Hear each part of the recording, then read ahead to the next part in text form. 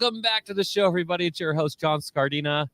I am talking to the man, the myth, the legend, Nick Golden, which is probably the coolest name we've ever had on the show, let alone he has an incredible wealth of experience and knowledge. In fact, I'm literally just going to read this for the sake of the audience, his background. He was a fireman in the U.S. Coast Guard, security officer, and a detective. He was a project manager. He was a paramedic. He's a firefighter and paramedic. Now he's a certified emergency manager with the state of Georgia. He's a sergeant in his fire department, and he's a Homeland Security Officer, and he helps out a lot with critical infrastructure and with people and populations. He's doing all kinds of crazy stuff, and I'm really excited to have him on the show. Nick, welcome to the show. Hey, thanks, John. Happy to be here. So let's, just for the sake of our audience, I gave this like laundry list of basically why you're amazing. Can you tell us, just for the sake of our audience, what you're kind of doing right now? So a big part of my role for the Homeland section at the fire department is intel gathering, intel sharing. I liaison a lot with all the different law enforcement agencies in Atlanta, which there's, over 20 different law enforcement agencies between the federal, the state, our rail. And basically, I just keep us all coordinated for different events, such as suspicious packages, any CBRNE events that happen at any of the rail places or special event venues. So that's really is my role right now, is liaisoning. Okay, so you're working in like this this cross section between like almost threat analysis and COOP, right? Yes. Where you're, typically people like segregate those out pretty heavily. In fact, I've had at least one guest who claimed that it's not part of emergency management when they talk about COOP, and I think that's ridiculous. But for the sake of what you guys are doing, you're really combining these two separate areas into one cohesive, using the terminology, package, where you can identify, eliminate, and or reduce impact, right? That's kind of the job that you're working on. That's absolutely the goal through TTXs, critical infrastructure assessments. The goal is to have a COOP plan that's actually functional and make sure that between communications, police, the special event venues, we're all a bit able to deliver on that COOP plan. Yeah, half the audience right now who are getting into emergency manager are like, why are you talking about COOPs? So continuity of operations plan is that's what a COOP is, just for their sake. Let's talk about that real quick, because you mentioned TTXs and making like the plan actually usable. One of the things that I have really found is like that stakeholder involvement.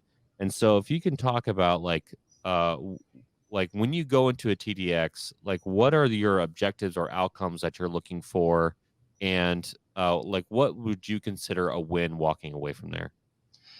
From a fire department specific side, I like to discuss all of our resources and kind of test out through the verbal process of what would it look like if we had to have a hazmat response, or what would it look like if we had to have a mass casualty incident with multiple EMS type calls or a large fire. So that's really my goal, is to test out all of our resources. Yeah, so if you're testing that out, you kind of were thrown, hilariously enough, you're throwing into the fire. Gosh, I'm becoming more of a dad. I have two kids. The puns are just natural. But you were thrown into the fire a couple years ago because this is a fairly new role for you, right? And I've been in this role about 3 years. Okay. And then, so a year into the job, like not only have COVID hitting, but, you had civil unrest happening. And so you've had some major incidents in Atlanta. What was your perspective on that? What were some of the lessons learned through, again, jumping into almost like this threat analysis and COOP, combo? So interestingly enough, the day that all kicked off was a Friday, and we were already, resources were super tasked because at a vice president of the United States visit here all day long. And then right at 4:00 in the afternoon, the vice president was taken off, and we were starting to get into the civil unrest. And that's really where like the intel sharing, the intel gathering portion came from, so that our decision makers at the division chief level can start to move resources into how are we going to respond to all these fires? How are we going to make sure these firemen aren't getting rocks thrown at them while they're fighting fires, so we can have security? So it's kind of like the continuity of operations plan for civil unrest was spoken of, but it wasn't really tested. So we kind of got to hard, fast lesson. That's usually how it goes, right? Like there's so many disasters and there's it's an innumerable amount of like what ifs, and we can plan for the most likely and or high frequency. But those low frequency, high impact events, I mean, they always test you, even even if you thought about them before, for sure. Um, so in terms of putting out the fires and protecting firefighters, now I like to ask people who bring this up on the show because we have lots of different opinions on this. I've definitely given my opinion.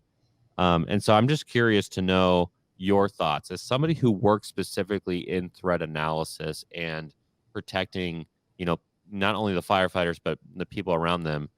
There's a rumor or a lingering thought going out there right now that firefighters, should become more like fire marshals where they should carry a weapon. What are your general thoughts on that? My thoughts on it are, and I'm a certified peace officer in the state of Georgia, so I carry a gun at work every day. Hmm.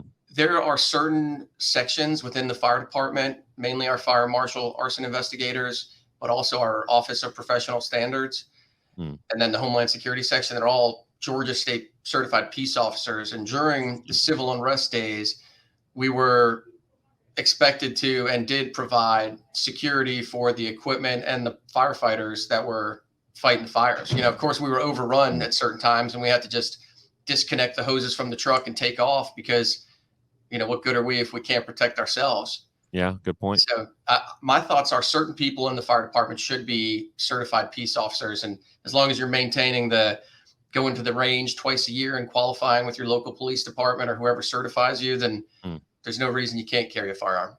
Real quick, we're going to pause for this week's Disaster Tough endorsements. How do you spell Doberman Emergency Management? EOP, OEP, HVA, HMP, Thyra, TTX, Drone, PDA. Whenever you need an expert, Doberman Emergency Management field experts are there for support. Contact an expert at DobermanEMG.com today. The L3 Harris Extreme 400p radio solves problems and is specifically designed for emergency services. How do we know? We field tested it with medical, urban search and rescue, and collapse and confined structures. This radio is amazingly tough. Check out the L3 Harris Extreme 400p radio at L3Harris.com right now. The Readiness Lab is trailblazing disaster readiness. Early access for the highly anticipated course, Emergency Management Response for Dynamic Populations, is currently live. Think you have what it takes? Join us in Atlanta for an immersive experience. Space is limited to 40. Go to thereadinesslab.com/training to learn more. Okay, let's jump back in. Yeah, I actually like the that perspective. It's not a one or the other. There's kind of a mixed bag there. I've shared that, people, because of, FEMA being within Department of Homeland Security, EMAs are starting to have the same kind of thing where they're requiring their local emergency managers to start carrying a weapon. And I think that's kind of ridiculous because, the role of the emergency manager is really supposed to be at the strategic level, supporting those tacticians to getting everything else out of the way so they can be most effective. But I like what you're saying. I like, obviously fire marshals carry a weapon or peace officers, but firefighters need to do the job. Their job is to put out the fire or to do medical rescue. And so I appreciate that response a lot. I will say I was just at the range, last weekend with my brother-in-law. There was a lot of people who couldn't shoot very well there. So I would say more than twice a year would probably be a good call out. But ammo is getting expensive, though, for sure. Yeah. Well, that ended, honestly, for anyone who wants to go get certified as a peace officer, it's a big time ask. It's, about 3 months worth of training for the police academy, and then several in-service trainings for use of force and all that a year, plus the two days at the range. Yeah, I mean, that's a good point. I just, I think I talked about this on a previous episode where I went to the graduation of a boy that I helped, now a man, I shouldn't call him a boy. But, I was a youth leader, and he just became an MP with the Army. And, yeah, it was really excellent to see, not only his professionalism just dramatically improve, but, he was talking about, he was carrying a weapon. I didn't see a 17-year-old boy anymore. I saw a 22-year-old man. It was super weird. But, I think it really all does come down to training. And making sure that whatever your job is, you're doing that job, right? Yeah. Firefighter does that job, but fire marshal or otherwise. I did some of my research on Homeland Security officers and integrating that with local or state and how that differs from the federal perspective. One thing that I thought was incredibly interesting about Georgia's perspective is that you are actively, and you even mentioned it, you're actively supporting and or working with law enforcement. And I will say that, for all the rumors you hear about the South and people not working together or different groups or whatever, not working together, every time I've been into Georgia, like I was in Georgia for tornadoes and, I had somebody say like, oh, I bet there's a lot of segregation down there, for example. And the Super Bowl party that I was invited to from the guy from GMA, it was like two huge families from totally two different cultural backgrounds and just like totally integrated. And I was like, I don't know what people are talking about. Well, the same thing is happening with fire and law enforcement. Traditionally, like if you go to New York, like those people won't even talk to each other. They hate each other. It sounds like you guys are really being integrated and helping each other out and doing emergency services in the right way. Hopefully that's the outside perspective. No, that's absolutely correct. We get Yeah. along great down here in Georgia. And I think, again, it goes back to, like you were saying before, your role. My role is, protecting the fireman, or we work arson cases. We do render safe on white powder letters and kind of stay in that hazmat realm. Mhm. But I don't delve too far into investigations of domestic terrorism or threats through the mail. Like I just kind of stay in my role. I'll help out with SWAT medic work as a paramedic, but I'm not an investigator for them. So everyone's Good staying in point. their role. We get along great. Yeah, it's funny how that works, right? Like just do your job and everybody wins. Yes. Yes.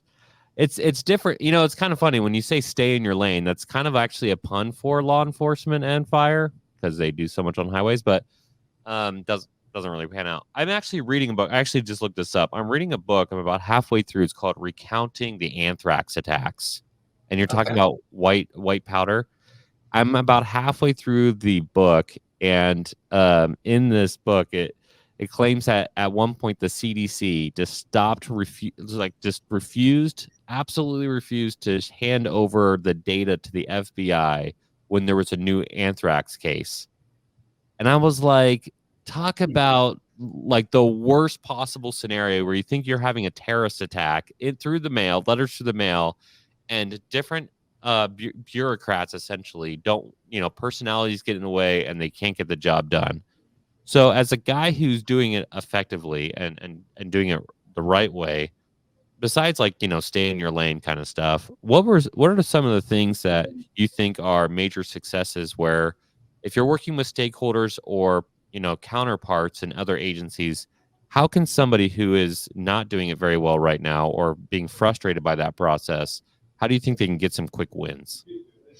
I think the best thing you can do is reach out to neighboring agencies or your state fusion center or even some of the federal assets and explain why there's a need to know for you and why it doesn't harm to have yourself included on different distribution lists or just be in the conversation so that if there's a white powder letter that pops up in a county next door, they can say, hey, John, by the way, we're getting 2 of our schools got white powder letters. If you hear anything about a white powder letter in your jurisdiction and it comes from this address or I got postal stamp from here, just be expecting it. It's not anthrax. It's just baking soda. Yeah. Or, maybe I should tell my dealer to stop sending it through the mail. No. It happens. Does it really? That's ridiculous. Absolutely.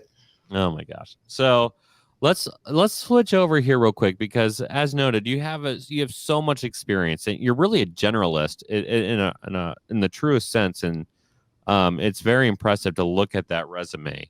In terms of some of your experiences, were there different disasters or events that you were like, oh, this has helped me define who I want to be as, either a leader or that kind of pushed you to the next level? When I was moved to headquarters, so let me give you a short background on how that happened. I was riding big red truck, answering fire and EMS calls every day and going to school for my degree in Homeland Security.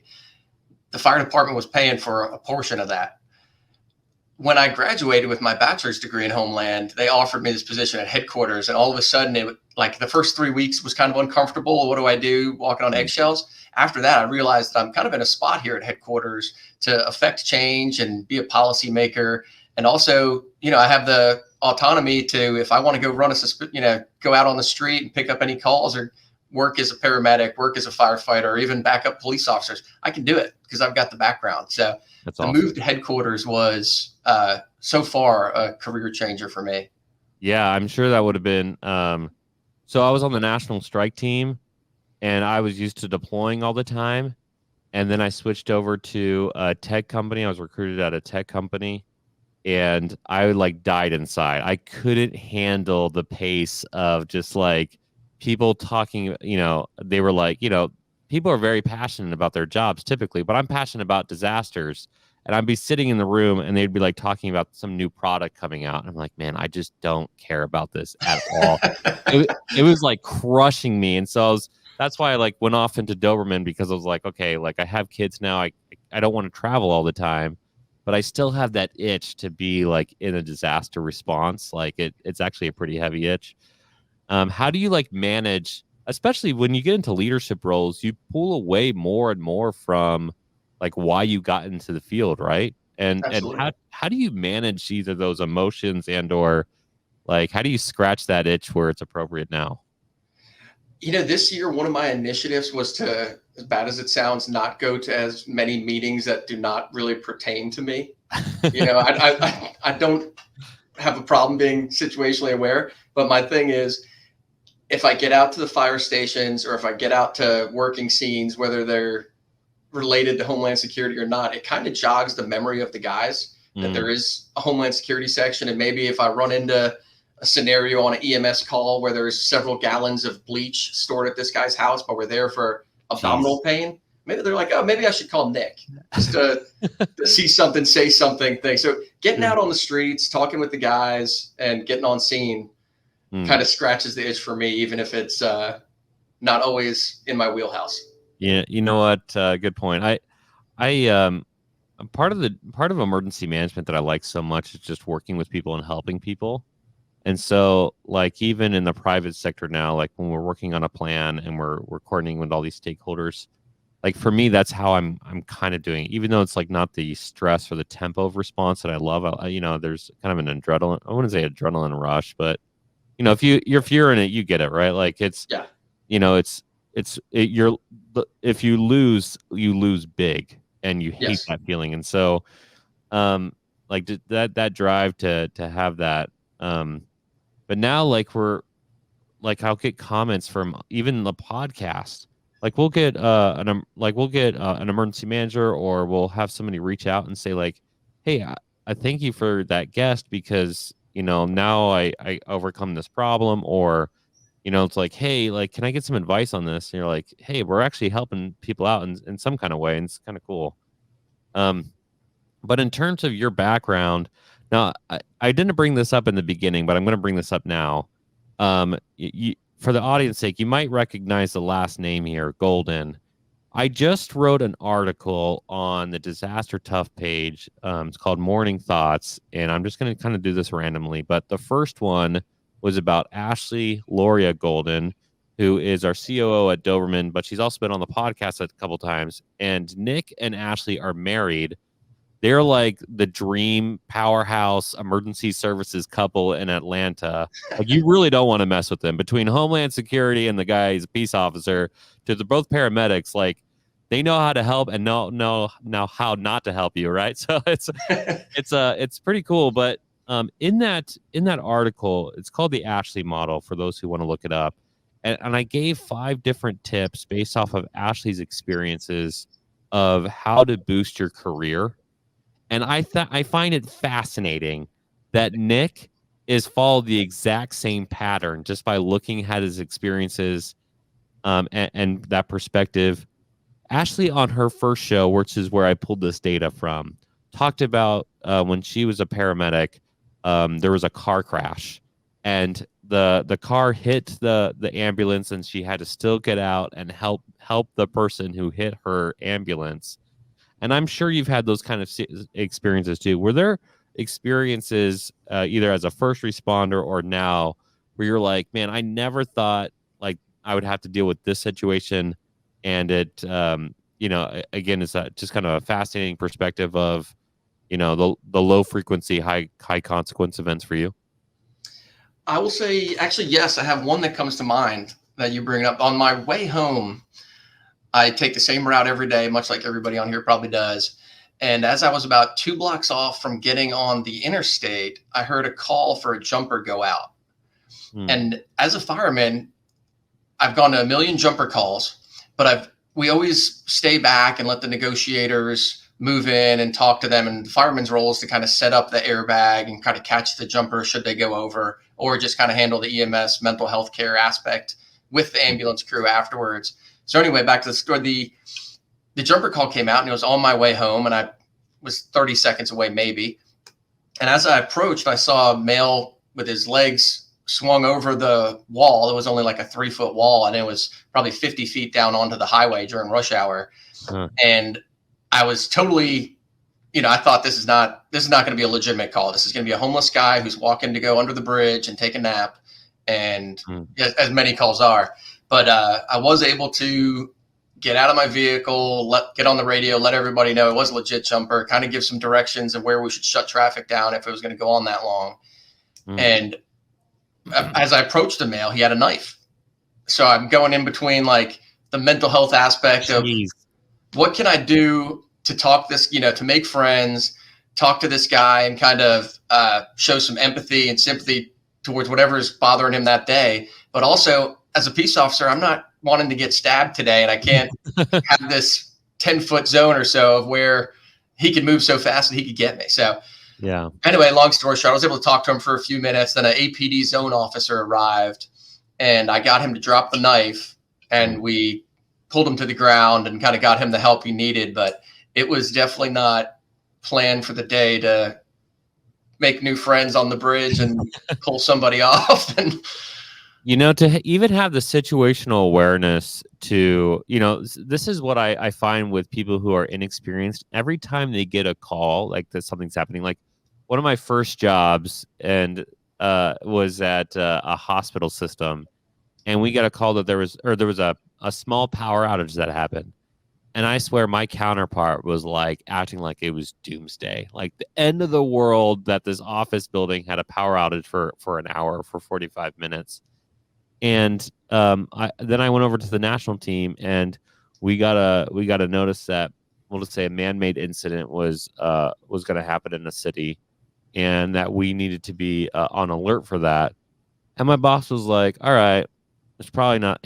It's fascinating that you were able to first, like, you didn't freak out, right? Like you were like, "Okay, like I've done this 100 times. This is what it could be." And then as the situation progressed, you rose your level of, you pulled in your training 10 foot wide. You're already coordinating like what traffic should be doing. It's actually pretty cool. You shared like this like 5-second thing, but if you really break it down, you're already doing all the things an emergency manager does, plus all the first responder stuff, plus fire, plus police. It's that's actually a really good example of like what people should aspire to become in terms of emergency services, because again, judging situation, managing multiple aspects, like the totality of the event versus just like, person on a bridge. It's actually thank you for sharing that story, because it's like nailed it for sure.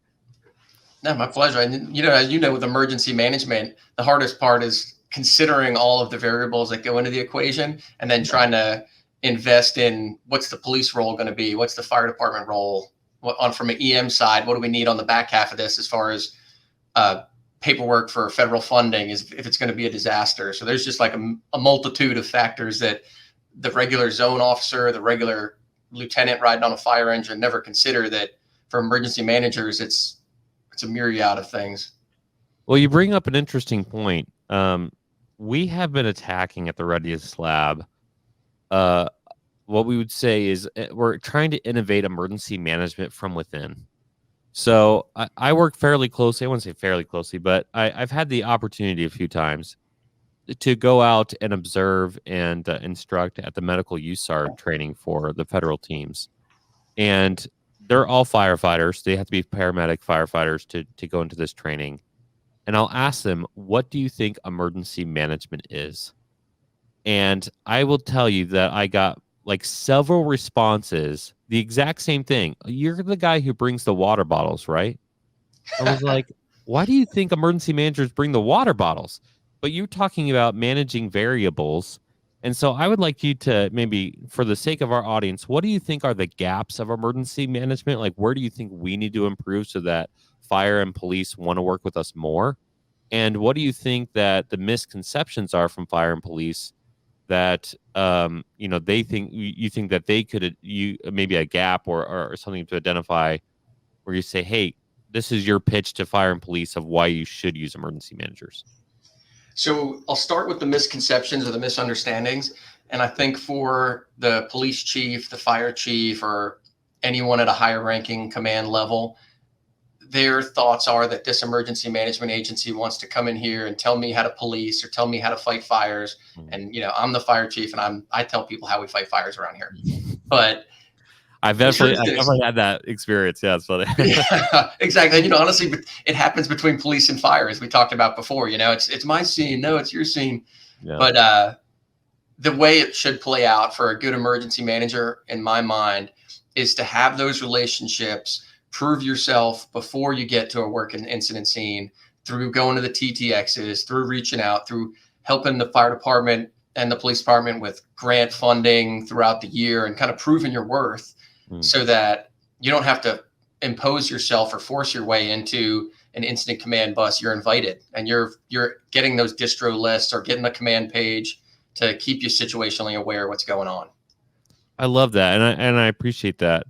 My dream scenario, and I've had it a few times where, luckily for me, because I would always go in, and it would always be a new community, usually a new community. And I didn't know anybody. And so it was like really hard to develop those relationships. But if the emergency manager, the local emergency manager, was able to make that pitch, then I could essentially attach to that. And it was so much easier to do that. And I honestly think like the best outcomes were when the tacticians were taking on the immediate threat. And then it was my job to figure out cascading impacts or what was coming down the line so that we could give them a heads up. So like basically my perspective is that the emergency manager in that room should be the person clearing all the other debris out of the way so that the first responder can do their job while they're actually taking care of the physical debris on site or taking care of those people. And so like when you're working in tandem like that, when you're having that situational awareness, or when they, you can say, hey, you might want to be aware that this other event's going to come and hit you, down the line. I think that's probably the best value for tacticians, probably. Yeah, absolutely. That, and the reason I mention things like the grant funding is there's a lot that goes in, as everyone on here probably knows, as far as having COOP plans, having the fire plans, and submitting them to the state EMA. That the fire chiefs and the police chiefs, it's just not their wheelhouse. They can speak about why they need equipment to mitigate this certain disaster or this emergency, but they can't connect the dots to get the funding from the feds to get the equipment needed. So EMA, definitely, if you have the relationships and you prove your worth, you'll be invited to all the meetings and TTXs and all that good stuff. Yeah, it takes time, right? Like, absolutely. Oh my gosh, the firefighter community, police is kind of like that, but the firefighter community, man, if you haven't proved yourself, you're worthless. True. That's what it took me a while to gain the trust of like these firefighters that I get to work with at USAR, and just like, hey, I do have your best interest in mind. I want to do this the right way. Be humble a little bit and say like, this isn't my wheelhouse. I want to learn. Although I will say that as soon as you say you want to learn, they're all like, hey, how do you feel about becoming a firefighter? And I'm like, wait, hold up. Pump the brakes. I'll get you an application, John. Yeah. Oh, I can write you a recommendation. That's okay. The same thing happens with the military. I work a lot with the military, with Doberman, especially with NATO lately. And I will say every time I talk to one of those guys, they're like, hey, have you thought about joining the reserves for my specific? You're like, hey, hold up. I like being an emergency manager. But I will say all that stuff can and should add value to your job. I mean, talking about generalist, maybe that's what we call this episode. I don't know. But, you know, your paramedic experience, your firefighter, your peace officer experience, your Homeland Security Officer experience, I'm sure adds a ton of value to being a certified emergency manager as well, because it allows you to see the different perspectives and to be able to talk to them in their language. That's the other problem that I find is that, like, you could be saying the exact same thing, but it means totally two different things to, the different cultures or different, worlds, right? Absolutely. So I'll bring it up specifically with the law enforcement community. It was hard for me to get accepted into the law enforcement circle, right? Because I'm not a zone officer. I've never done patrols and foot beats for years and years. I'm the firefighter that's getting invited in to law enforcement circle, but I also happen to be a certified peace officer. So after I proved myself by helping them do the SWAT medic role and sharing intelligence their way as they're sharing it my way, that really helped to prove my worth. And I think that's why I'm now accepted and invited to lunch and all that good stuff.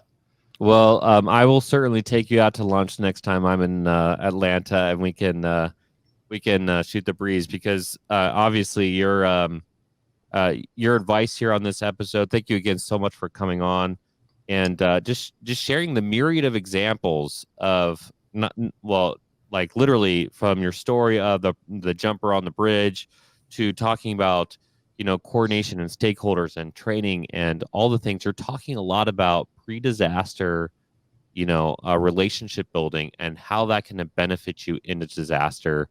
And if we ever cross paths in a disaster, then hopefully this episode will get me in your inner circle. But thanks again so much, Nick, for coming on the show.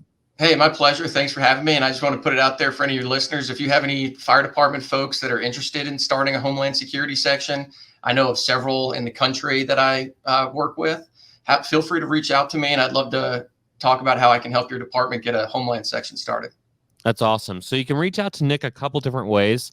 One, obviously LinkedIn, all the standard ways. But if you if on this episode when we post it, just say like tag Nick or say like, hey Nick, I have a question. Put it out to their community so that Nick can see it. He can respond, but it also will help out other people who may have the same question. If you do have more of a sensitive question about Homeland Security and how to integrate that, definitely send us an email at contact. So we're sending our email here, the contact at the Readiness Lab, and we'll pass that over to Nick. Nick, do you is there another way that you would like them to reach out to you, or will that work for you? If you hit me on LinkedIn, I'll get right back to you. Perfect. So LinkedIn is a great resource. We'll tag him in all of our posts and our videos, so make sure you check out there. If you like this episode, this is my favorite part of the episode, as I always say, the lame part. If you like this episode, you got to give us a 5-star rating and subscribe. It lets us know that this content was valuable to you. If you have a question or a comment, make sure you tell us in the comment section of our social media posts, because lots of people have the similar questions, and we'd love for the community to respond there. And we'll see you next week.